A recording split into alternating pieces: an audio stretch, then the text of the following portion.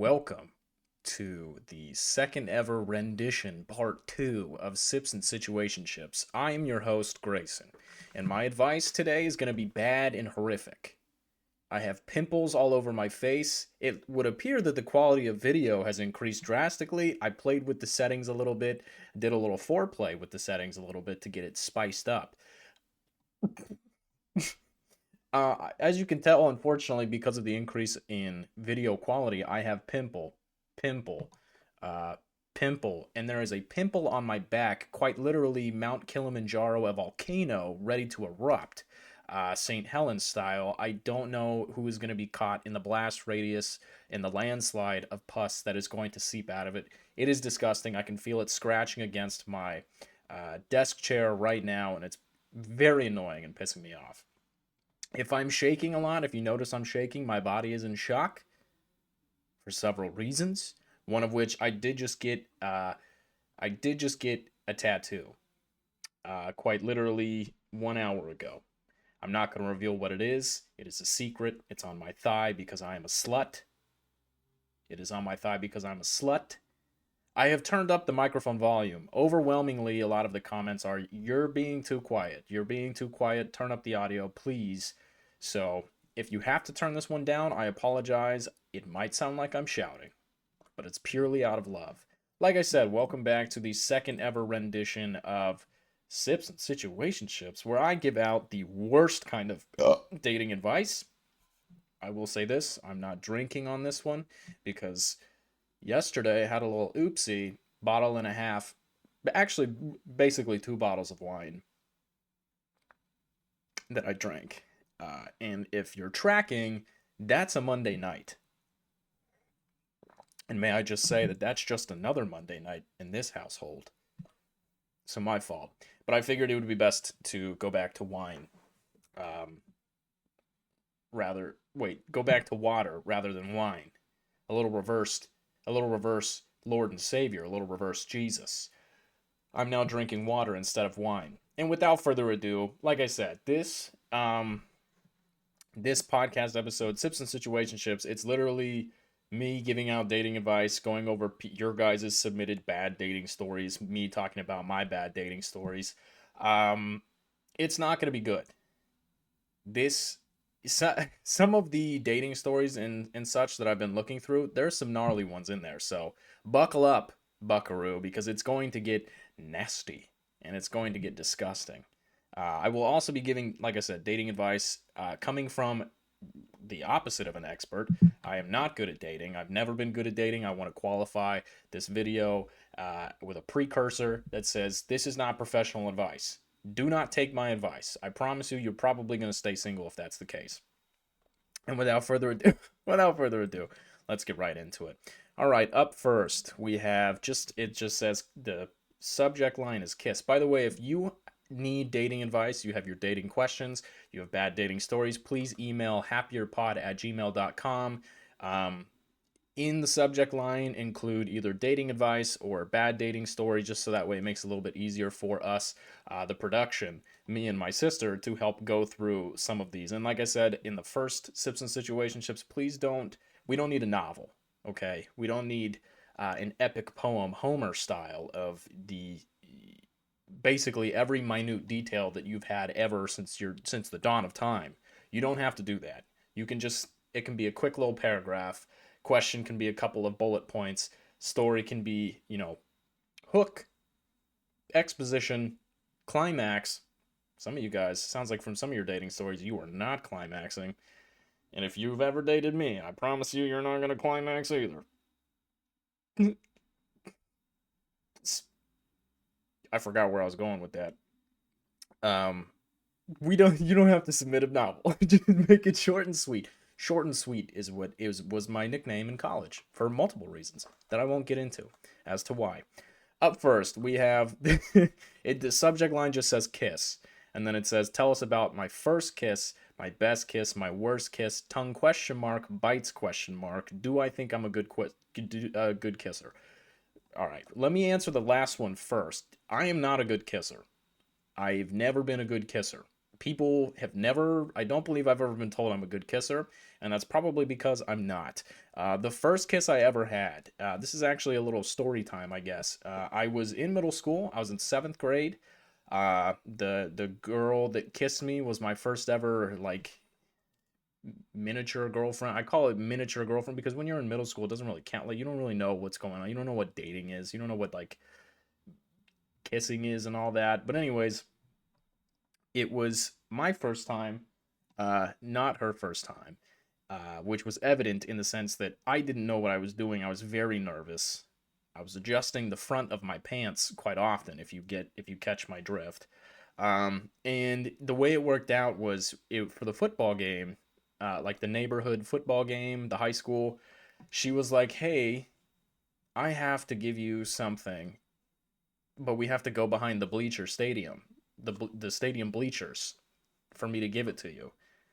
And immediately, Usain Bolt, my mind starts racing as if it's the Boston Marathon. I'm thinking, what kind of catty business am I going to get into? What's about to go down? What's going to throw down in this second? So she takes me behind the bleachers, plants a big old fat kiss right on my lips, and I didn't really know what I was doing. I didn't know what it meant to be a good kisser. I didn't know what it takes to kiss. So that was my first story. It wasn't a great one. My apologies. And the best kiss I've ever had, probably a sign is that I don't remember the best kiss. I do remember the best kiss I've ever had. Wow, I just got a wave of memories washed over me. And it's actually part of the reason why I can no longer listen to one particular song. Um, is my second girlfriend. She was living in San Diego at the time, so I was visiting her, and I we were in her car, sitting in her car at a parking lot by the beach, and I put on the slowed and reverbed version of "Slow Dancing in the Dark" by Joji. The slowed and reverb version. The song is already, I would say, very romantic, and then the slowed and reverb version is like dialed up to 10, and it happened to be raining out, sunset, romantic song playing in the background, and we kissed, and it was probably the best one I've ever had, just because it's the only one I can really remember. Um, but yeah, I can no longer listen to that song because it's too sensitive a topic. Okay. Worst kiss I've ever had. Without naming any names, it was in high school. I can remember this because this it's the only one I remember being horrible. I would say all of them are pretty average. They're all pretty just right in the sweet spot. But this one I remember because for some reason I just remember her not it wasn't whatever she was doing was not working. It was like it was like you ever see those fish in the pond where they literally just like open and close their mouth a bunch. That's what it was like. And one thing about me, one of the attractions that I now have is bigger lips, like lips that are on the bigger side. And she didn't have the biggest of lips. Not her problem at all. You have what you're born with. That's no problem. Um, but yeah, so it was like um it was like trying to kiss one of those fishes that does the for the audio only listeners, the fish that like do the mouth opening and closing thing. That's what it was like, and it wasn't fun. Tongue question mark. I don't know how to use tongue. I feel like my tongue is probably harboring several diseases, some of which could probably kill a Victorian child. So therefore, I'm against tongue because I simply don't know how to do it. I feel like I am like jousting, or I don't, maybe fencing with their tongue in their mouth, and because of that, it just something doesn't click in my head. And so the only reason why I say no to tongue is because I don't personally, I'm not good at it. I have nothing against like spit swapping. Hey, I have told somebody's daughter or two to spit in my mouth. There's no problem with that. That's not what we're referencing here. It's not the spit itself. It's the tongue. It's the attachment. It is the medium with which um, that spit gets spread.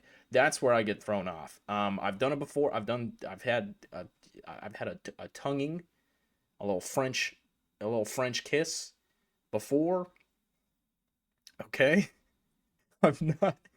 I I I try to hold back on tongue as best as possible, simply because I get in my own head where I'm like, am I doing too much? Is this too little? Uh, I, I tell myself that often. Is this too little? Is this too little? And so, yeah, that's my thoughts on tongue. Bites question mark. I don't really care. I don't have an opinion on bites. Yes, no, it just depends on the person. I will say this: certain kisses, it really does depend on the person. It depends on the connection you have with the person that you are tonguing, that you are smooching on, smacking their lips. If a little bite, if the person that you are with, if you like, if it calls for a little chomp on the bottom lip, go for it. If you're afraid that if you chomp down on their bottom lip, their lip filler is gonna pop, hey, maybe don't. So it just depends on the person. Up next, this is a question: thoughts on not dating someone just because their last name goes terribly with your first name? This I hate this question. No offense, I hate this question. You can tell the person that submitted this is probably really hot, because imagine the problem is not getting somebody, the problem is not receiving love. There is no advice being asked here. So therefore, that's my first thought: is this is probably a hot person being like, I can get whoever I want, but like the name game. It's like in middle school when you go into the Google and you're like crush or like love calculator, and you have to type in your name and your crush's name. That's essentially what this is. This is that website manifested into a person, because it's like, what do you mean you don't like your name? First of all, you don't have to take their last name. I don't know if you know what's going on in the world, but like that, taking somebody's last name is not really like a thing anymore. I know a lot of people that have no intention of changing their last name, or they hyphenate their last name, and that's fine. Here's the thing: I don't call people by their last name, I call them by their first name. So it's like, hey, you know, who cares what their last name is? Unless their last name is like fart diddly stupid, like unless it's like something ridiculously terrible, if it's like poopy butt chlamydia, like then maybe sure, I'll be a little bit more understanding. But like this, the person asking this question is probably very hot. Um, all right, so we'll go into the advice column. These are all, I'm gonna just kind of shoot a bunch of advices right real quick.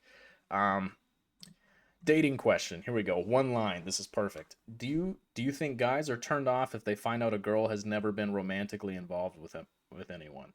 This is a good question. This is I'm assuming you're kind of centered around like the body count, or it's like how many boyfriends have you had, something like that. Personally, I don't care what somebody's body count is. Their their past is their past, their history is their history. It is what it is. That is no longer a concern of mine. So long as they are with me for being with me. It's like in my second relationship, I was so concerned about her past, and whether or not she loved somebody from her past more than me. It wasn't necessarily like who she was or what she had done. It was just I was so concerned and nervous and anxious about like, am I being loved less than somebody she's been with previous, because she'll always have more love in her heart for that person. Um, and I don't think that's a very healthy way to think in a relationship. And I understand that you're asking from my perspective as a guy.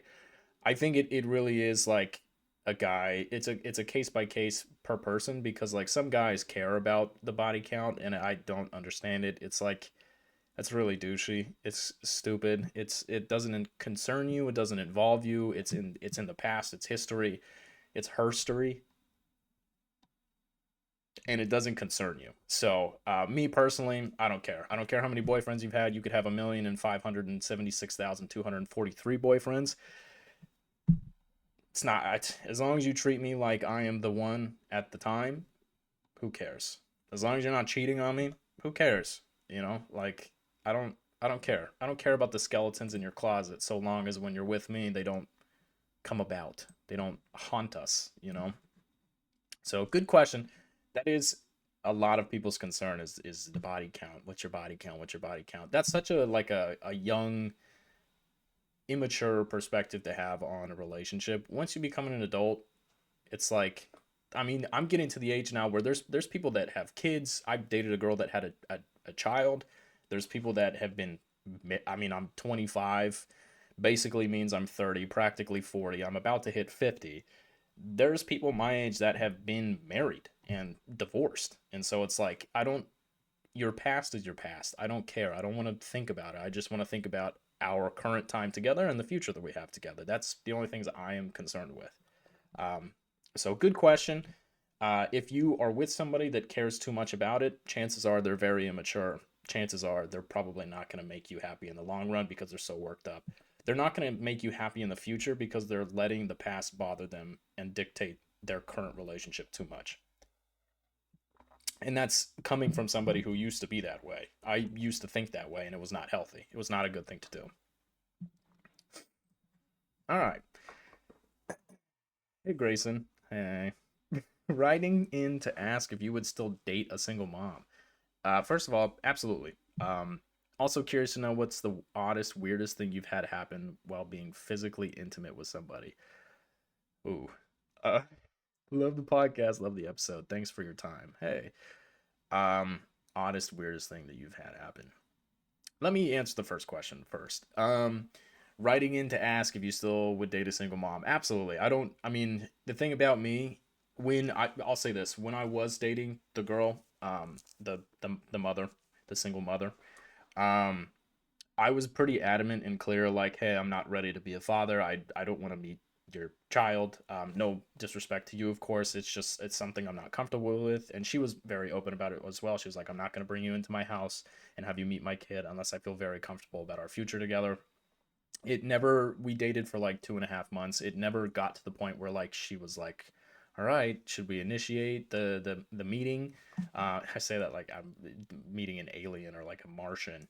um but yeah, I mean, I absolutely would date a single mom. Again, it goes back to the like your past doesn't matter, in the sense that like if you have a kid, it's just another thing in the relationship, and it's something I have to consider. If I am in love with this person, if I'm in love with you and everything about your life, that kid is obviously an extension of you. I will have to step up and be a stepfather in that situation.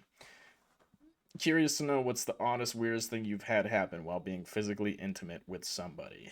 Um, boy, man, you guys are asking me all the deep questions. Mom, this is not the time to listen. You can skip forward. I would say probably 5 minutes is probably safest. Maybe go 10, maybe 15, maybe click out of Spotify right now and the episode. I promise it's not going to get any better. The oddest or weirdest thing. Um, man, I have one instance in mind and I'm hesitant to share it because the one thing about me is, as a hopeless romantic and as somebody who just talked about somebody's dating history or like not caring about somebody's history, I feel bad talking about these things on camera and into the mic, which is idiotic because I have a podcast. This is a dating advice segment. This is a horrible dating story segment. So I will obviously have to talk about these things, but I feel bad because I don't want this to ruin my chances or, I don't want somebody that a girl I start dating in the future to listen back on this and get the ick or be like, oh, he's been with other girls or something like that. But for the purpose of honesty and clarity, I will say this because it's in my head. One time, physically intimate. You know how it gets. Sometimes it's rainbows and daisies. Sometimes it's you know, like I said previous. There's some spitting. There's things, you know, in the throes of passion, sometimes the activity becomes relatively uh you ever been attacked by a shark, where it's like you have that moment where it's like there's a lot going on. Obviously there's a lot of movement, there's some sliminess, uh there's like maybe some teeth involved, there's it's there. Oh god, am I having an anxiety attack? No. This is what happened. We broke the bed. Full on, like literally snapped the bed. Um Completely broke it. And at the time, the thing about Miso is she does not like people that I bring over, whether it's friends, family, uh dates, whatever. She does not like them. She is very adamant about that. And so Miso, in this instance, was under the bed because she did not want to be around. And when the bed snapped, the mattress fell through the framing. And so my first thought was, oh my god, I just killed my cat. And so I looked for Miso for literally 35 minutes, could not find her, was lifting the bed, could I was like, what's going on? It's dark out, I'm trying to like use my phone flashlight, trying to like figure out where my cat is. I don't see anything, it's still dark. I'm like calling for Miso, I'm like snapping my fingers trying to get her attention. Nothing. Radio silence. Could not find her under the bed, under the mattress. So I was like, oh my god, like what, did I smush her? Is she gone? um and I was like, all right, chances are she ran out of there once the cracking of the wood happened. And, and so and so I gave it about 35 minutes. I said, hey, maybe we should dial it back a couple of notches. Let's go back to square one and just hang out, have a good time. And eventually Miso came out from the shadows like Nosferatu. She eventually lurked out from behind the door and was like, "Hey, are you guys chilling now? Can I actually be not downrange in the firing zone of the calamity?" That's probably the that's probably the maybe not the weirdest thing to happen, but definitely the most terrifying, for sure. Because I thought in cold blood I thought I murdered my cat in the throes of passion. Uh, all right, happy Hump Day. Interesting choice of words, but I get it. It's on Wednesdays. I appreciate the podcast. Thank you so much. Being newly single, congratulations. Summer's coming up. The dating scene is a mess. Okay, I don't know how much has changed over 15 years. Wow. Okay, so this must be like a millennial. 15 years in the dating scene. Mid 30s. Oof. Your wrong use of your. You're hilarious, and your laugh makes me laugh. I love the stories people send in and the advice given. It gives me a teeny tiny bit of hope that there are still guys out there that do cute stuff. All right, okay. Dating advice. Here we go. All right, finally. Don't. Oh, you're giving dating advice to me. Oh, okay. Okay. Dating advice from you to me, from you, the listener, to me. Don't. Okay. Well, that's a bit. The world is ending.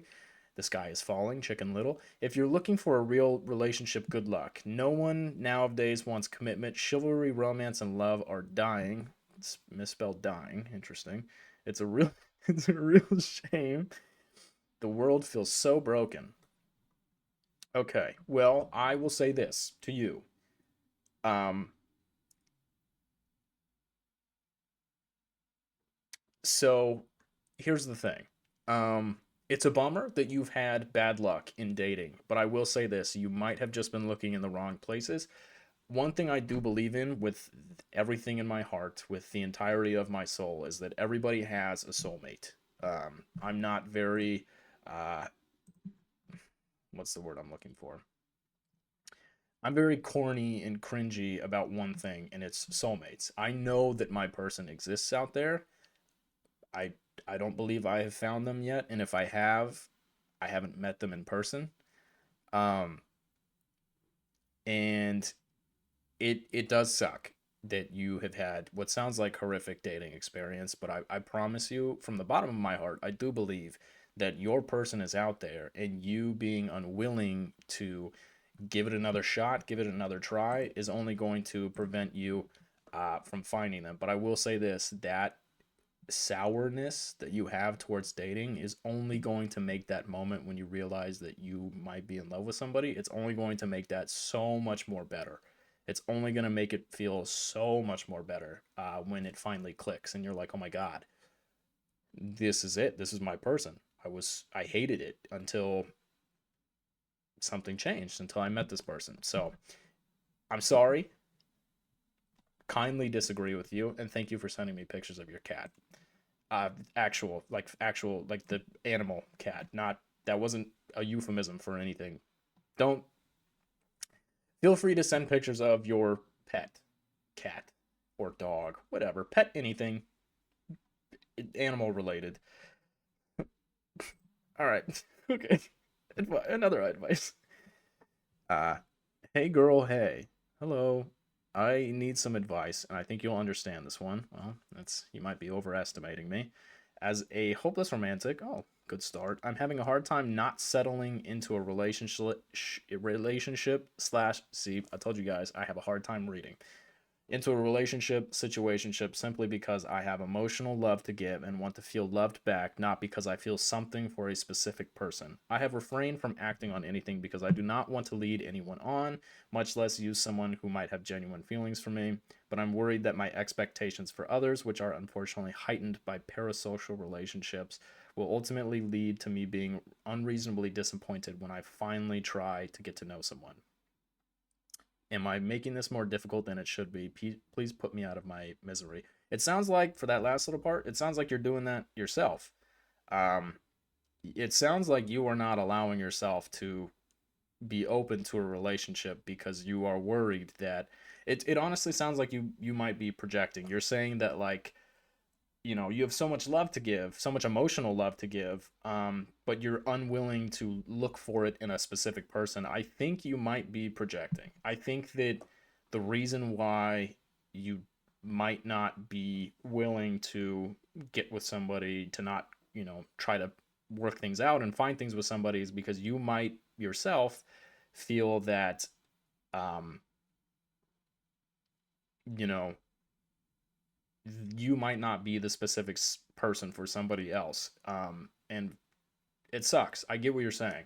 I have this issue all the time where I get to a point where I like somebody, and then I get really, really upset because I feel like I am going to find a way that I'm going to find a reason to not make things work. It basically, what I'm trying to say is it'll get to a point where it comes down to me and I make the mistake of, like, you know, I'm so afraid to date somebody. I'm so afraid to see somebody because I feel like I'm gonna mess it up, or I feel like I'm gonna hurt their feelings. When in reality, I think I'm just protecting myself. I have all these walls up with the guise or the understanding, Guise, disguise, with the facade of being like, I don't want to hurt somebody. I don't want to hurt somebody. I don't want to ruin a friendship with somebody. I don't want to hurt somebody's feelings because I hate when people are mad at me.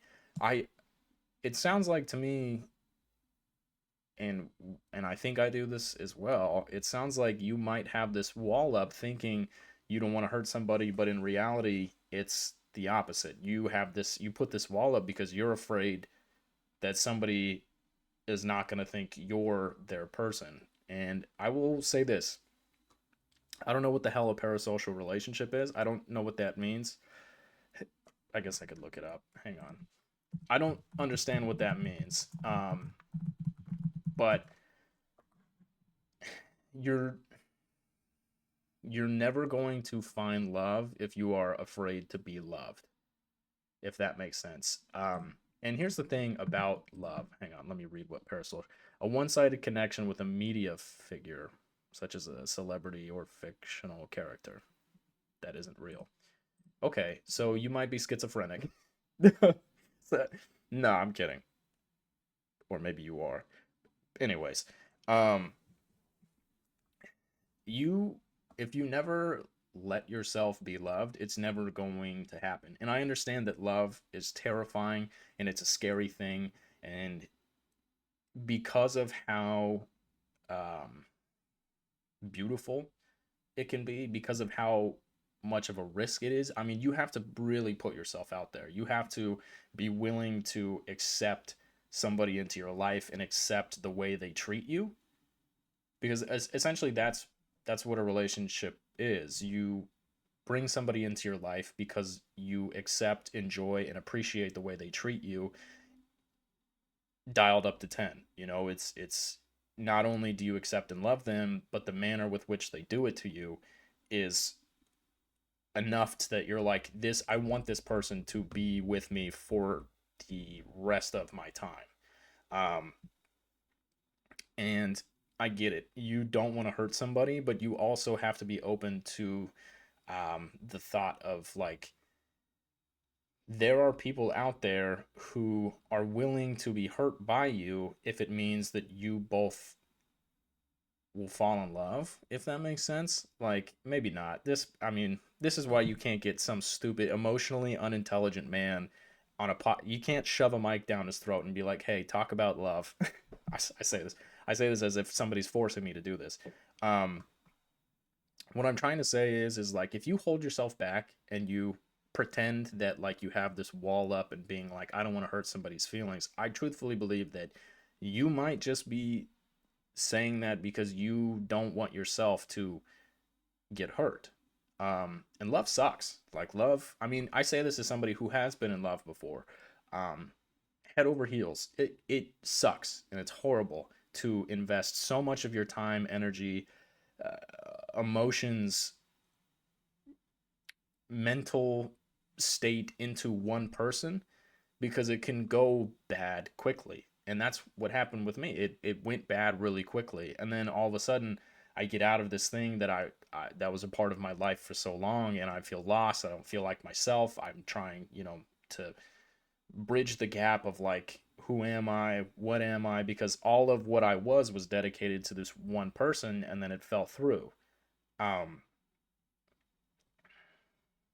but like, that is part of the process. The only way to learn how to love and love well and love efficiently is to a be loved, clean, beautiful love by somebody, but also you have to learn what it means for you to love somebody, however shape that takes. Whether it's like the five love languages. It's like, are you a gift giver? Do you physical touch? Is it acts of service? Like, you have to learn what it means to love somebody, because it sounds like you don't want to hurt somebody, but what if you find somebody that the thought of hurting them just ruins you completely? Like, you could never picture that because of the way that either they love you or the way you feel about them. So it's like, I get it. You don't want to hurt somebody. I feel like you might have some walls up, but like, you also have to let yourself like learn how to love. If you never practice what it means to like be in a relationship or be somebody's person, you're never going to be somebody's person. You're only ever going to be your own person. And that's, if you love yourself, that's great. That's fine. But like, you can't call yourself a hopeless romantic, if you have schizophrenia and you well, I'm kidding. But like, you can't call yourself a hopeless romantic if you have parasocial relationships, because it sounds like you're holding on to things that don't exist. Um and I think there's a word for that, but you can't call yourself a hopeless romantic if you are unwilling to love somebody else. If you love the idea of love, that's great. I don't think that means you're a hopeless romantic. I feel like if you truthfully believe that you are a hopeless romantic, you have to love the idea of loving somebody else, not the idea of love itself. Whatever form that takes, whether it's like, for me, I'll say this: I'm an acts of service guy. I used to think I was a physical touch guy, and I quickly learned that that's not the case. I am an acts of service guy. One time I went on like one date with this girl, and we were watching Glee at her house, and I did her dishes, and she had no idea. I didn't tell her. I saw dirty dishes in the sink, and I did them for her. I believe wholeheartedly that that is acts of service. I Changing somebody's say the person that you are into uh, has they need to get their oils changed or their tires rotated on their car, or they need to get their windshield wipers replaced. Um, for me, my act of service would to be do that for them, or take it into the shop for them, or get new windshield wipers. That's my love language, and that's why I truthfully believe I am a hopeless romantic, because my idea of loving someone else involves those things. And I feel like I am a hopeless romantic because I know I will find somebody that I will be so willing to do that for. And I will find somebody that I have no problem like letting them into my life because um, everything about the way I feel about them and the way I feel about treating them is involved with love and this special connection, and this feeling in my soul that like this is supposed to be. And again, you can love is a risk. It's a gamble. You have to. I say this as somebody who doesn't really have a ton of experience with love, but I do have a lot of experience with heartbreak. You have to let your you have to be willing to let your walls down if it means you're getting stormed on.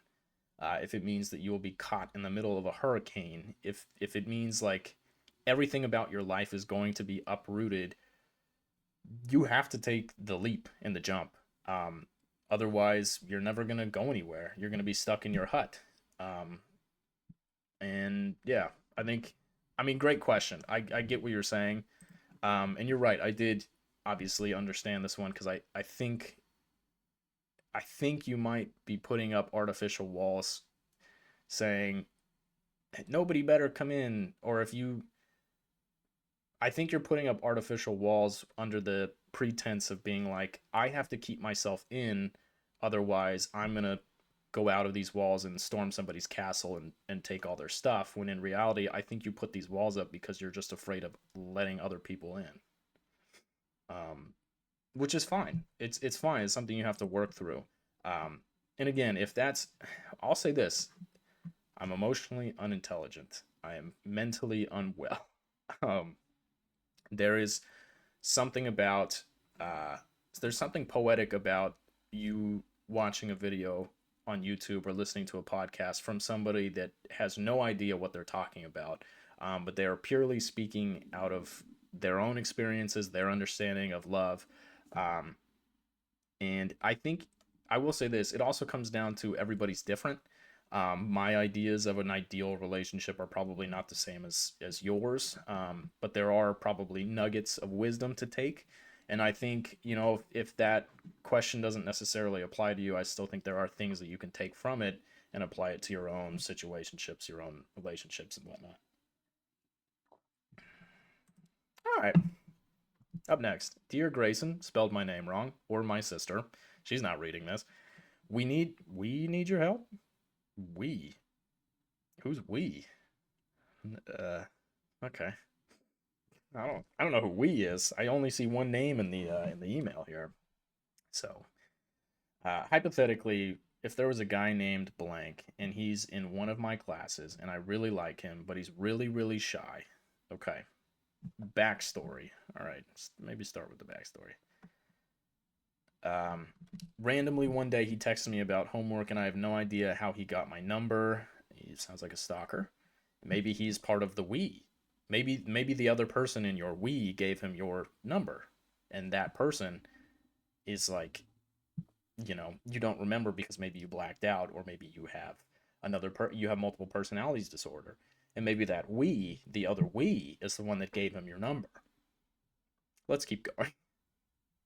He has a sister that I'm friends with. That's probably how we got the number, but she's scary. Okay, all right. And he's not dry exactly, but he's horrible at keeping conversation. AKA, he's dry. AKA, he doesn't sound like he wants to have a conversation with you. He's sending really conflicting messages, and his best friend, who is a baddie, is sort of hinting that this man likes me. He only ever texts me about school, but he also has friends in our class that he could text, plus his sister, but we hardly talk in person. He's really shy, if I haven't already mentioned. Thoughts? This has to be high school. This has to be like middle school or high school. Um, I will say this: if somebody sounds like they're not interested in you, chances are they're not interested in you, and I mean that in the nicest way possible. I get it; he might be shy, but if you're shy, the right person will bring the life out of you. And I'm not saying you're not the right person for him. I just think you're right for somebody else, somebody that's going to be more into you, that's going to show you more effort. And maybe this guy's beautiful, and maybe he's pretty, and he's a baddie. Um, but at some point, you have to accept the love that you think you deserve. Shout out to Perks of Being a Wallflower. You have to accept the love that you think you deserve. And it sounds like by you accepting this, that you think you deserve dryness. You deserve somebody that's not going to show you that they like you and care about you. And I don't think that's healthy. I don't think that's appropriate. Um, so, but yeah, like I said, the right person is not going to make you question whether or not they are they are into you. Um, but yeah, right. Situationship advice. Is this even possible? Question mark. Help me, Grayson. Hey, that's what I'm here for. I've hung out with a guy 6 times since we matched on Hinge 17 days ago. Wow, this is a math equation. Hang on, let me get my calculator watch. Already got it on.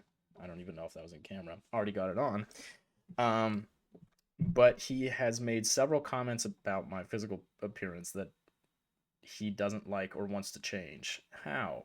How can a guy like me if he's making comments negatively about my body or appearance? It makes me feel like he doesn't find me attractive, but we hang out.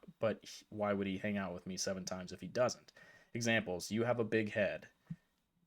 You were a little bit bigger in person than you were on Hinge. Ouch. I like girls with tattoos. Your butt doesn't jiggle. I can tell you don't get your eyebrows done. You're short and stumpy. All right.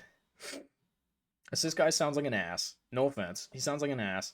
Um, I don't think he would be commenting on your appearance as he is based on these examples if he was actually physically attracted to you. And that's not anything about your appearance. Um, I think the right person will make you overlook. For example, I don't necessarily have a physical type. I guess I kind of do, but like the right person, I will overlook any sort of physical trait on. And I don't mean that in some sort of pick me way or like lying.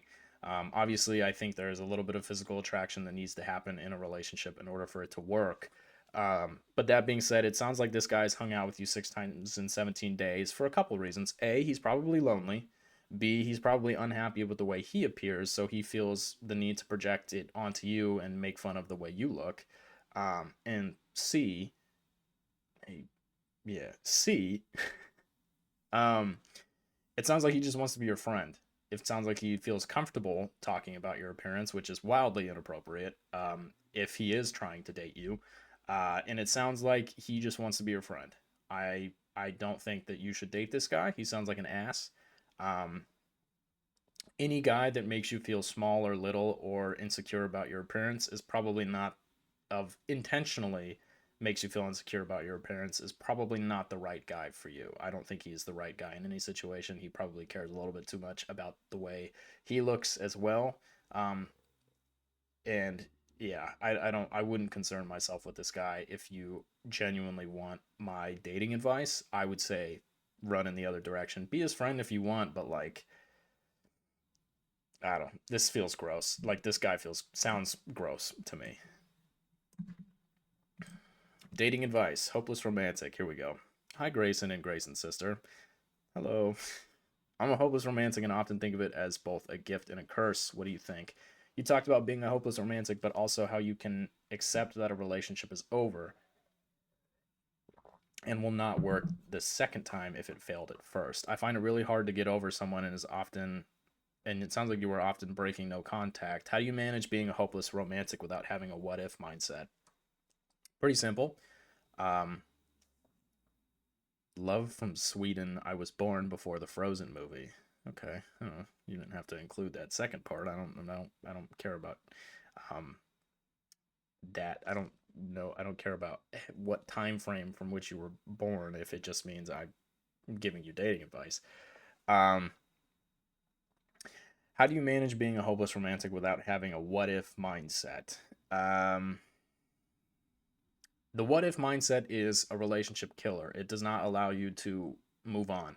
If you're constantly thinking what if, there's a chance, there's a reason why that what if is a what if and it not a it happened. Um, I think the what if stems from a place of comfort. For example, like when I broke up with my second girlfriend, it was a what if. It was a what if we got back together? What if things were different? What if, I was overreacting? What if those things would not have happened? The way you felt would have not have happened if it was never a case of what if. And for me, like, moving on is very if you never move on, you're never going to learn.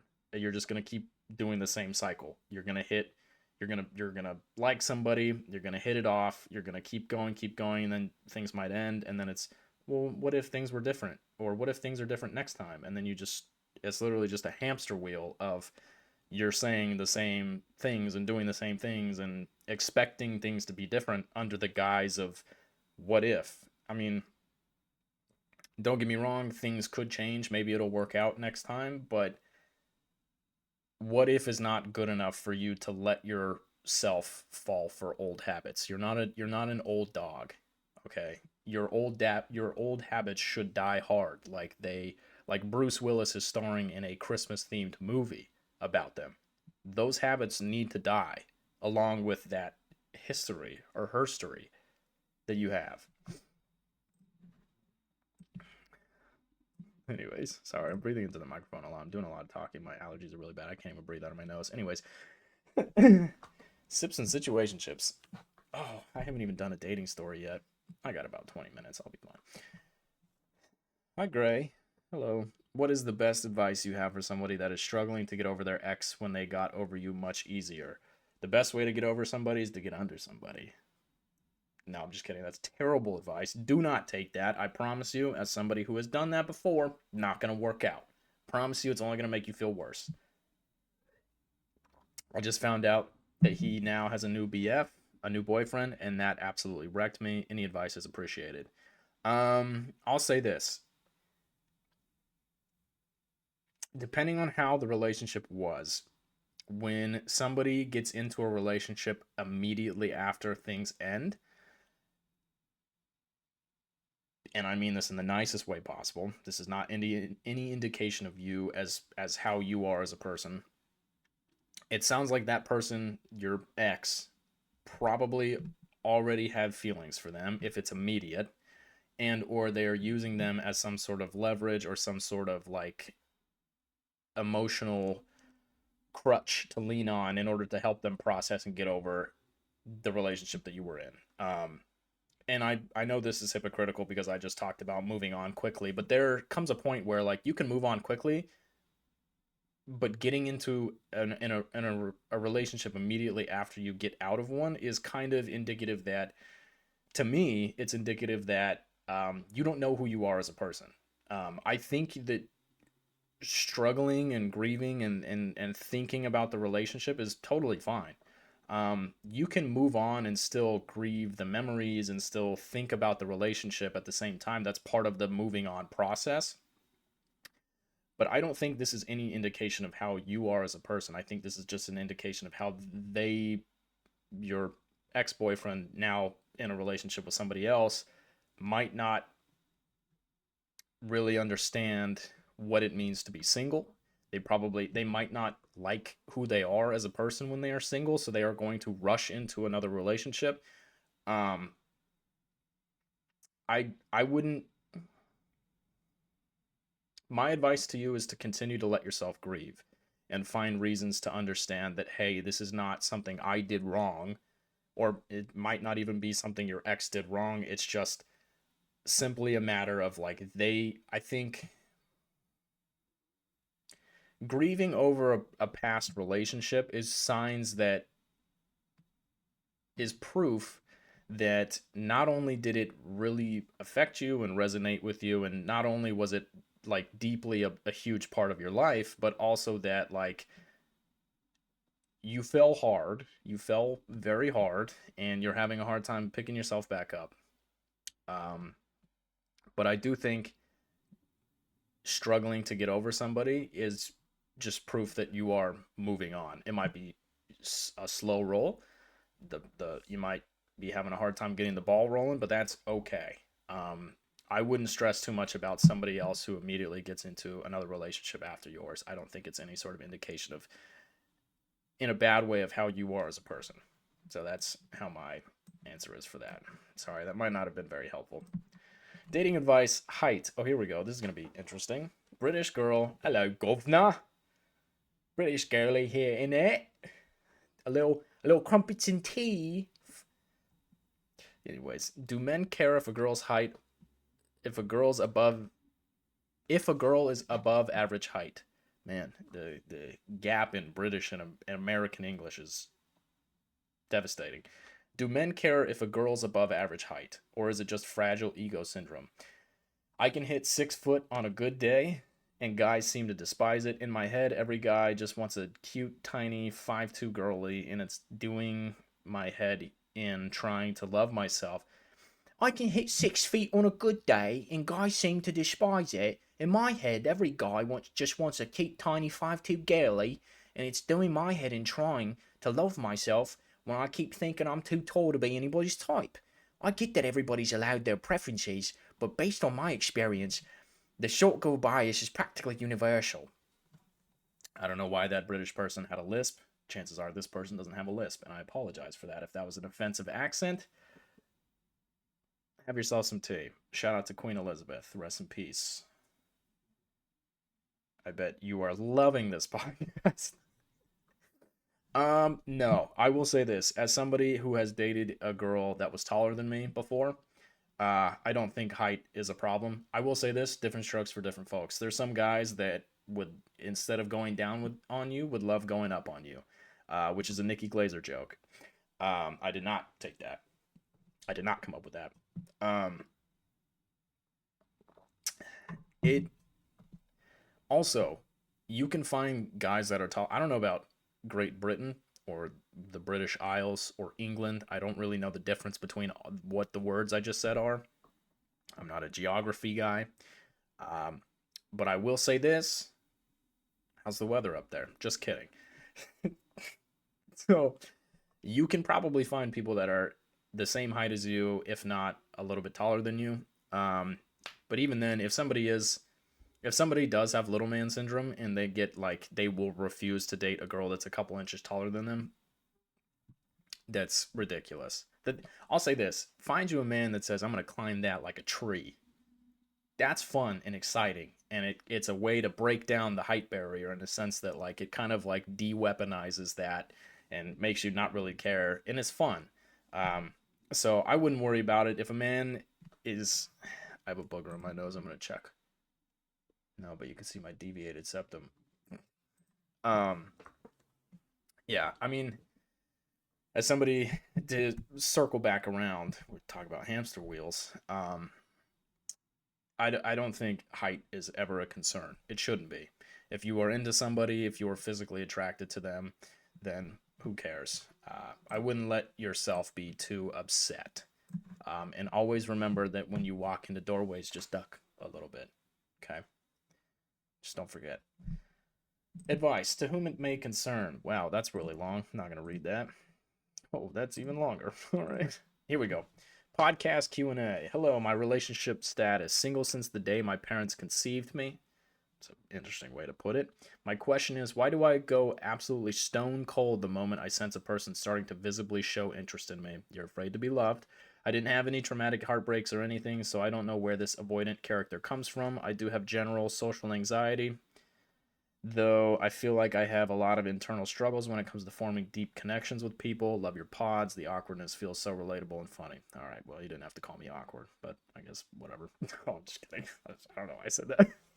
Thank you. Um,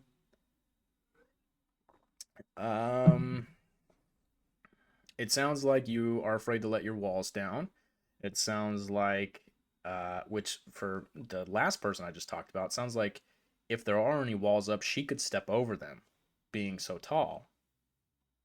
I'm just having a little bit of fun here. There's nothing wrong with your height. So, okay, I didn't have any traumatic heartbreaks or anything, so you know that this doesn't extend from some sort of trauma from the past, which is a good thing. Um, I don't know where this avoidant character comes from. You've never had a relationship. You freeze up when you see that somebody's starting to visibly show interest in it. Do you think there's something wrong with you? Is that why you freeze up? Because, like, I know I have this problem all the time that when I find out somebody likes me, my first thought is why? That doesn't make any sense. But why? Because I have this issue where I commonly think that there is nothing redeemable about myself. Um, and because of that, I avoid people. I when I find out they like me, I kind of freak out a little bit because I'm like, they're not seeing something that I am seeing. I feel this certain way about myself. I don't like myself. I don't like the way I present myself, whatnot, and they're just not seeing it. But that being said, like, I don't necessarily think that that's healthy. And that's, again, this is my advice to you, is something that I'm trying to help bridge the gap here. It's an issue that I've had in my life before. Um, I don't know. I don't think your social anxiety has anything to do with it. I think, don't get me wrong, I think social anxiety is a real thing. I have it. I'm just saying that, like, around the right person, that social anxiety is not, it's not going to be a thing. Um, when you do find the right person, maybe that's what you should look for, is find people, look for that in people when you go out, or, you go on, if you go on dates, find somebody who makes you forget that you have social anxiety if that's your concern. I think that's probably a good place to start. And you have trouble forming deep connections with people. It sounds like you might not really understand yourself. If you are unwilling to have deep connections with other people, maybe you should first figure out your deep connection with yourself, whatever form that takes. Figure out, why are you so afraid when people start showing interest in you? Figure out what it is that's preventing you from opening up to people. Maybe even think about where the social anxiety stems from. Is it because of, you think about certain things when you're out in public, or you don't like, certain things? You have to be more willing to explore what it is about yourself, in order to first let people into your life and then start forming deep connections with you as well. That's my advice. I did so much dating advice. Let's do a horror story instead. All right, here we go. I read one the other day that was crazy. I want to find it. Let's see. My date with a Jewish prison stripper. Oh my god. Okay, so that looks like a fun story. A bit long, so I'm gonna move on to something different. My date with a thank God, my date with the Jewish prison stripper, abridged version. You must have listened to the first one. Thank you so much for sending this. This is a one paragraph summary, and I love this. All right. I went out with a guy the day after my birthday who genuinely, every other sentence had to remind me that he was Jewish. Okay. Admitted he had been to prison. Interesting. And didn't tell me why when I asked him about his tattoos, and asked if I wanted to see videos of him pole dancing at a pole dancing class, since he wanted to break into the male entertainment industry. Wow, this is Mr. Entertaining. On the date, he didn't want to order his own food, so he said he would just eat whatever I got when I placed the order. Sounds like he's broke. Um, so placed the order. He changed it without asking me. He took me to a popular hookup spot afterwards to give me my birthday gift, which was just snacks. He asked if I liked. He didn't ask me what snacks I like. He just asked me if I liked these specific snacks. So then he did ask you what snacks you liked. And then to round it all out, he tried to hook up with me, and I very bluntly had to tell him no, and he pouted the whole way home. I blocked him in his glizzy Instagram account as I walked inside. So that was my date with a Jewish prison stripper. Dang. That has got to be one of the most interesting guys I've ever heard of in my entire life. Um, I don't know if there's a connection with him being Jewish and going to prison and him being a stripper. I don't know if there's a connection there. It just sounds like those are a couple of personality traits of his, and or his ethnicity. Ethnicity? Religion? Um, wow, that's a bummer. I'm sorry you had to do that. I'm curious. I'm very curious what kind of snacks he got you. It sounds like he's a glizzy guy. Did he get you a Costco hot dog? That's a good snack to have. That's I wouldn't mind a Costco hot dog as a snack. All right, here we go. How I set up my crush with somebody else. That one's a little too long. I don't have enough time. Oh my god, I don't have enough time. I'm freaking out. Oh my goodness. Okay. Okay. Wow. These stories are. Here we go. I got broken up with in the shower. Bummer, but at least you're clean. My first take. In my sophomore year of university, okay, this is definitely a British person because in America we call it college. We don't call it university. I had a really awkward on and off thing with this guy. I wasn't really into it, but to be honest, I was bored and kind of like just being in a relationship. Okay, so it sounds like you're using them. One night we were hanging out and he asked if I wanted to take a shower with him. Interesting. Steamy. I'd never done anything like that before, but I was interested enough and said yes. I told him I'd meet him in the bathroom, and when I did, he was butt naked. I you put butt naked in all capital. I would imagine if you're going in the shower, you're probably not going to be wearing clothes unless this is like some sort of weird clothes on shower. Um, I, bro was butt naked, crying, tears streaming down his face as opposed to streaming down the rest of his body. How do you? Here's my question: you're in the shower. How do you know that these are tears and not just from the shower head? These are important questions, people. My lips are really, really chapped right now, so I keep licking them and I'm trying not to. He looked up at me and said we needed to talk. Okay. I was way too stunned to respond, so we spent 5 full minutes still in the shower, water running, explaining why we needed to break up. So I'm assuming his dingaling was out the whole time. Here's my thought. Give him a little give him a little nut check. Give him a little punch in the groin to get him out of this crying breakup. This is how you break the conversation. Finally, I fully processed what was going on and I stopped him and asked if we could move out of the bathroom. Worst and most insane breakup of my life, hopefully. Yeah, that's crazy. I have never had that happen before. I've only been in two relationships before. I mean, when the breakup happened, it's obviously very sad, but it did not take place in a shower setting. Um, I will say this: if this does happen to me in the future, first thing I'm gonna do, first thing I'm gonna do, if I'm getting broken up with in the shower, I'm turning the water ice cold. You're not gonna talk to me in the shower when my dingling is gonna invert and go into my body because it's gonna be freezing cold, and now you're gonna have to be distracted by the fact that the extension of myself is gone.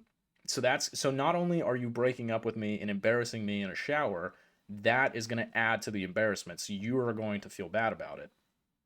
So I'm going to turn. So yeah, if I get broken up with in the shower, ice cold immediately. You're hopefully not going to be able to think. Going to buy me some time. And then what I'm going to do is I'm going to get out of the shower. I'm obviously still not wearing clothes. I'm assuming you're not wearing clothes either. Um, I am going to then, using the steam that has built up on the mirror or the shower door, because again, it's only been cold for a couple seconds now, I'm going to write. What am I going to write? I'm going to write, thank you. This was fun. We had such a good time. I can't wait to do this again with you later in the steam. And then that way you can avoid the conversation and then you can still be with them and avoid a disastrous breakup scenario and disastrous breakup story. That being said, I know I'm at an hour. Uh, Forgot to record. Just kidding. I'm at an hour and 3 minutes.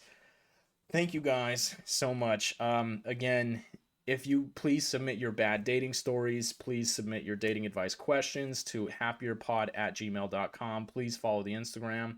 If you guys watch the show or if you guys listen to the show, post about it on your Instagram story. I'm constantly looking, and I typically repost the ones that I see. Um, Let me know. Let me know what you guys like. Let me know what your favorite part of this episode was in the comments. I believe you can leave comments on Spotify and obviously YouTube. But yeah, let me know. Please like, share, subscribe. Tell your friends if they have bad dating stories or if they need dating advice. Feel free to submit to the email. And thank you guys so much. I hope that that was helpful. I did a lot of advice, not a ton of stories. I apologize, but I got deep in the bag there. Something that I've never done before. I've never been deep in anything, as a matter of fact. Anyways, um, okay. Uh, if you had 23 bad hours today, I hope that the hour you spent with me was a happier hour. I love you so much. Go out there, get into situationships, ruin somebody's life, get your life ruined, because I need content. Just kidding. Well, I do, but hey, do it because you want to find love, and or love has found you. Good night.